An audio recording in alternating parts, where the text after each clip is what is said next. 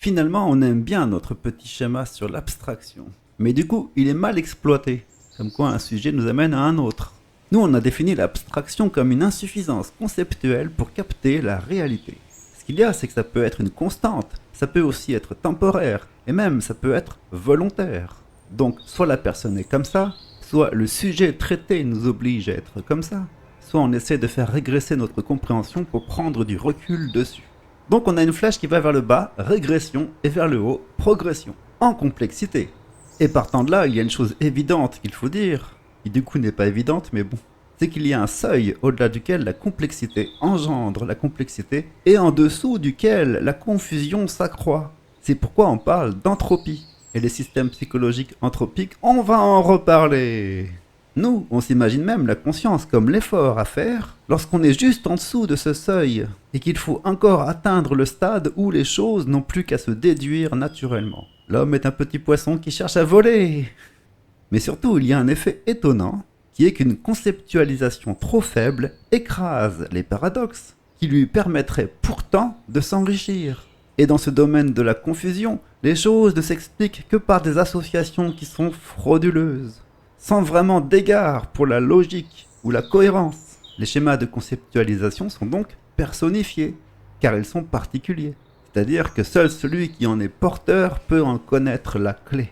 Et là, on ne vous raconte pas toutes les personnes à qui on pense en disant ça.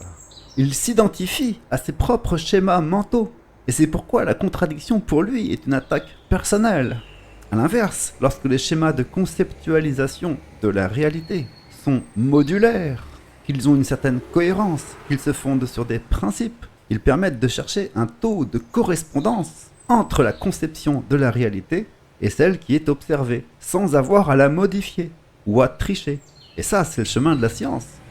Ce qui est amusant pour nous en faisant de la prog, c'est qu'on a bien eu le loisir d'observer que les systèmes les moins complexes sont les plus rigides, et que plus on progresse en complexité, et plus on a le loisir de faire appel à ce qu'on appelle une souplesse structurelle, afin de pouvoir répondre à n'importe quel cas de figure, y compris et surtout les cas de figure que personne ne pouvait prévoir.